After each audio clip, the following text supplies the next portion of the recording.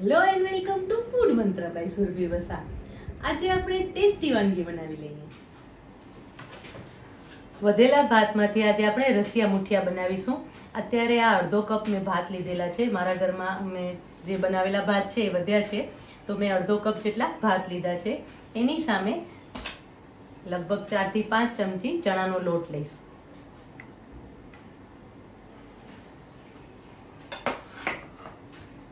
સાથે 2 ચમચી ઘઉંનો લોટ લેવાનો છે.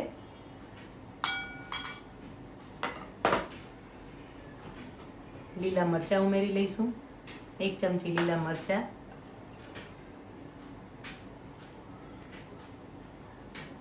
1 મોટી ચમચી કોથમીર લઈશું. એની સાથે બધા જ રૂટીનના મસાલા લેવાના છે. 5 ચમચી હિંગ ઉમેરી લઈશું, 5 ચમચી હળદર, 1 નાની ચમચી લાલ મરચું પાવડર, કારણ કે આપણે લીલા મરચાં લીધા છે એટલે લાલ મરચું બહુ વધારે નથી લેવાનું. એની સાથે 2 ચમચી ધાણા જીરું પાવડર લઈશું. સ્વાદ પ્રમાણે મીઠું, એટલે કે 1 ચમચી જેટલું મીઠું ઉમેરી લઈશું. હવે આ મિશ્રણને હળવા હાથે મિક્સ કરી લેવાનું છે. બહુ જ દબાવીને મિક્સ નથી કરવાનું, હળવા હાથે પોચા હાથે મિક્સ કરવાનું છે. અને આની અંદર મોટા ભાગે પાણી ઉમેરવાની પણ જરૂર નહીં પડે, કારણ કે ભાતના કારણે એનું બાઇન્ડિંગ આવી જશે. એટલે આવી રીતે આપણે મિક્સ કરતા જવાનું છે. જો સરસ મુઠિયાનું મિશ્રણ સરસ તૈયાર થઈ ગયું છે. હવે તેલવાળો હાથ કરી લેવાનો છે. આની અંદર મોણ ઉમેરવાની પણ જરૂર નથી. ભાત છે એના લીધે મુઠિયા એકદમ સરસ સોફ્ટ તૈયાર થતા હોય છે. હવે એમાંથી નાના નાના આપણે લુવા બનાવી અને મુઠિયા તૈયાર કરી લઈશું. એક સરખી સાઈઝના પેલા આવા લુવા તૈયાર કરી લેવાના છે. મુઠિયા હંમેશા નાની સાઈઝના બનાવવાના, કારણ કે જ્યારે આપણે વઘારશું ને અને છાશમાં જશે ને એવા તરત જ એ ફૂલી જશે.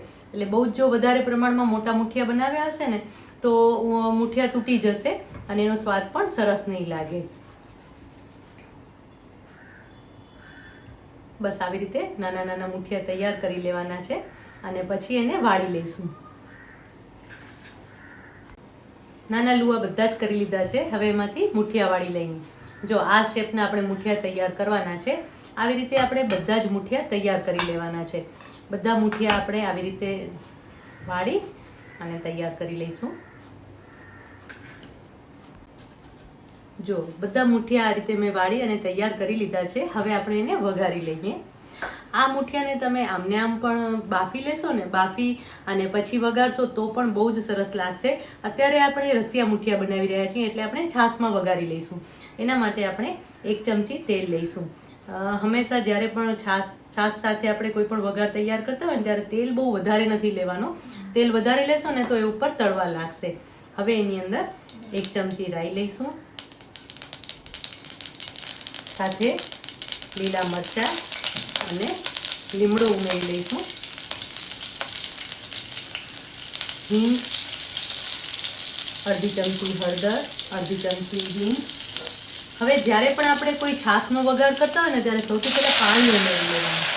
એનું કારણ છે કે તમે છાશ ઉમેરશો ને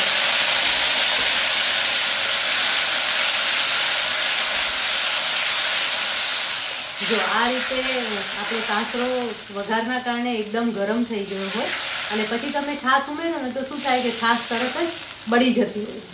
એના બદલે તમે પાણી ઉમેરી દો ને તો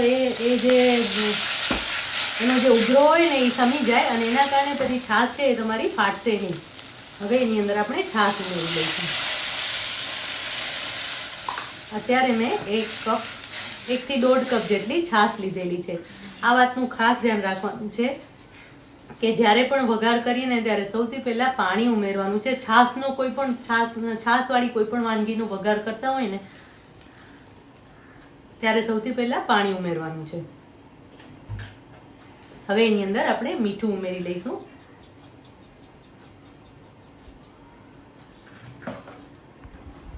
જો છાશ ગરમ થઈ ગઈ છે પણ છાશ ફાટી નથી. આ રીતે છાશ ગરમ થઈ જાય ને એટલે એની અંદર આપણે જે તૈયાર કરેલા મુઠિયા છે એ ઉમેરી દેવાના છે. ધીમે ધીમે કરી અને ઉમેરી લેવાના છે બધા જ મુઠિયાને, અને પછી મુઠિયાને કૂક થવા દેવાના છે.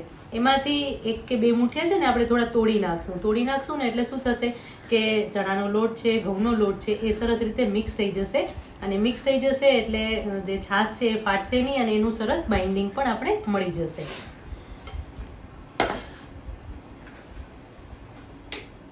હવે આપણે આને કૂક કરી લેશું. કૂક કરતા પહેલા આપણે એક જે છે ને મુઠ્ઠીઓ એને તોડી નાખીશું એટલે છાશમાં એ મિક્સ થઈ જાય.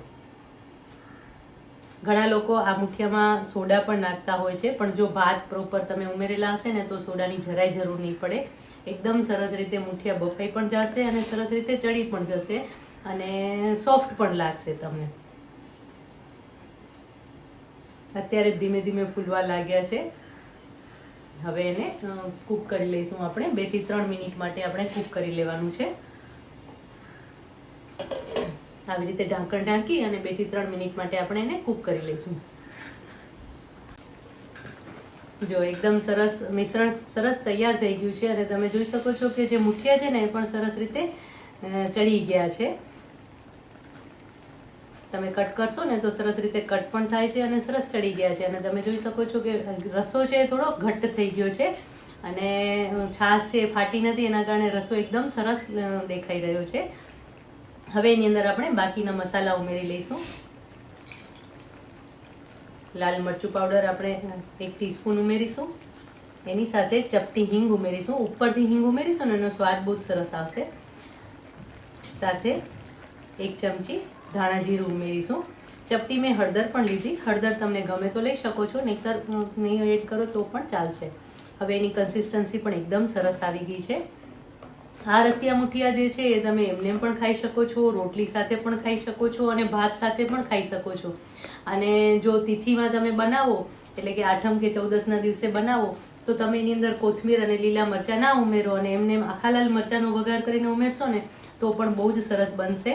તો મસ્ત મજાના રસિયા મુઠિયા તૈયાર થઈ ગયા છે. હવે જુઓ તમે ઉપરથી તેલ પણ છૂટું પડવા લાગ્યું છે. થોડા પ્રમાણમાં ઉપરથી આપણે કોથમીર ભભરાવી લઈશું. કેટલો સરસ દેખાવ થઈ રહ્યો છે ને.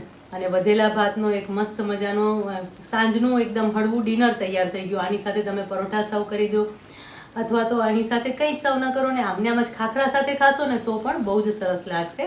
તો મસ્ત મજાના રસિયા મુઠિયા તૈયાર થઈ ગયા છે. ગરમા ગરમ આપણે એને સર્વ કરી લઈએ.